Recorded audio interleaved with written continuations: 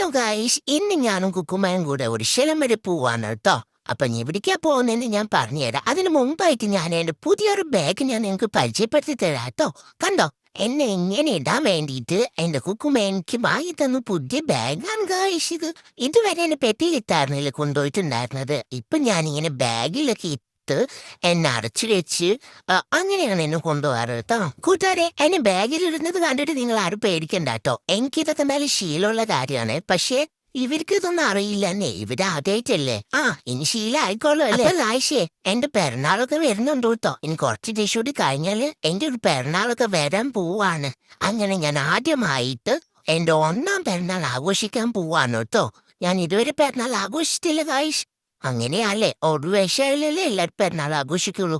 അപ്പൊ എനിക്ക് ഒരു വയസ്സാവാൻ പോവാണ്. എല്ലാവരും എനിക്ക് വിഷൊക്കെ ചെയ്യണം കേട്ടോ. അപ്പൊ ഞാൻ സെറ്റായിട്ടോ. എന്തൊരു ഭംഗിയായി എന്നെ കാണാൻ. ഇപ്പൊ എന്റെ രോമൊക്കെ വളർന്നിട്ട് ഞാൻ വലിയ കുട്ടിയായി. ഇനി ഇതൊക്കെ വെട്ടി ചെറുതാക്കുമ്പോ ഞാനൊരു കുഞ്ഞു കുട്ടിയായിട്ട് മാറും. എടി, നീ വർത്താനം പറഞ്ഞ് നിൽക്കാതെ പോയി നമ്മുടെ ബുള്ളറ്റ് ഒന്ന് സെറ്റാക്കടി. സ്റ്റാർട്ട് ചെയ്യേ, ഞാൻ അമ്മ ഇതാ വരുന്നു. സ്റ്റാർട്ട് ചെയ്തോ നീ. അല്ല അമ്മേ, ഇന്ന് മഴ പെയ്യോ? നല്ല മഴക്കാറൊക്കെ ഉണ്ടല്ലോ. ഇപ്പൊ മഴ പെയ്ത് ഞങ്ങൾ കുടുങ്ങുമല്ലോ അമ്മേ. അവളങ്ങനെ കോട്ടിന്റെ ഉള്ളിൽ കയറി നിൽക്കും. അപ്പൊ ഞാൻ എന്താ ചെയ്യാ? എനിക്കാണെങ്കിൽ കോട്ടില്ലല്ലോ. എന്തായാലും മഴ പെയ്യല്ലേ. ഏതായാലും മുടിയൊക്കെ പറ്റി വരികയല്ലേ അല്ലേ. അപ്പൊ ഒന്ന് കുളിച്ചിട്ടൊക്കെ സുന്ദരനായിട്ട് കയറാം അല്ലേ.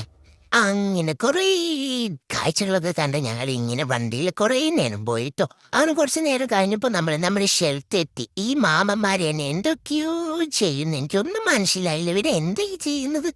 എന്റെ മുടിയൊക്കെ പറിച്ചെടുത്ത് ഷേപ്പാക്കി വെട്ടി തരുമെന്നല്ല, അവര് വല്ല കൈക്കോട്ടെടുത്ത് മാന്തുന്ന പോലെയായിരുന്നു എന്റെ ദേഹത്ത് കാട്ടിക്കൊണ്ടിരുന്നത്. കടിയൊക്കെ വെച്ച് കൊടുത്താലോന്ന് ഞാൻ വിചാരിച്ചതാ. പിന്നെ ഞാൻ വിചാരിച്ചു വേണ്ടെന്ന്. ഞാൻ എന്തിനാ ഇവരെ കടിച്ച് എന്റെ മേലും കാശാക്കുന്നത്?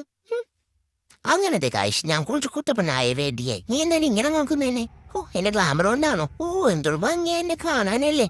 എടുപ്പെന്നെ, നീ ഒന്ന് വേണം വീട്ടിലോട്ട് വിടറി. എനിക്ക് ഉറക്കം വന്നിട്ട് വയ്യ. 2 മണിക്കൂർ എന്റെ ദേഹത്ത് അവര് എന്തൊക്കെയോ ചെയ്യുകയായിരുന്നു കൂട്ടുകാരെ. വയ്യ, ക്ഷീണിച്ചു. വീട്ടിൽ പോയിട്ട് ഒരു ഉറക്കം ഉറങ്ങാന്ന് വിചാരിച്ചതാ. അപ്പത് ഈ കുട്ടിക്ക് ശേഷം ഉറക്കാൻ വരണേ. എന്നെ മൂക്കിൽ തൊട്ടും എന്റെ ചെവിയിൽ തൊട്ടും എന്റെ കണ്ണിൽ തൊട്ടൊക്കെ കളിക്കുക അവള്. എന്നെ സുന്ദരനായിട്ട് കണ്ടിട്ട് അവർക്കൊക്കെ അസൂയാണ് ഗായ്സ്. വന്ന പാട്ട് ഞാൻ റൗണ്ടൊക്കെ കറങ്ങാൻ പോയിട്ടോ, കണ്ണു വെറ്റിച്ചു. അങ്ങനെ കുറച്ച് ചളിയൊക്കെ ആയിട്ടിട്ട് എന്റെ മേത്ത്. എന്നാലും കുഴപ്പമൊന്നും ഞാൻ വഴപ്പൊന്നും പറഞ്ഞിട്ടില്ല അവര്. അങ്ങനത്തെ ഈ കുട്ടി പിശാച് എന്നെ ചീവി തരാ കേട്ടോ. ഇനി ഡെയിലി എന്നെ ചീവി കൊടുക്കണം പറഞ്ഞിട്ടുണ്ട്. ചീവാണ്ടായിട്ട് എന്നെ മുടിയൊക്കെ കെട്ടുപൊടിഞ്ഞിട്ടുണ്ടായിരുന്നു. അതുകൊണ്ട് ഇനി ഡെയിലി എന്നെ ഇവര് ചീവിയൊക്കെ തരും. പക്ഷെ എനിക്ക് ചെയ്യുന്ന ഇഷ്ടമല്ല കേട്ടോ.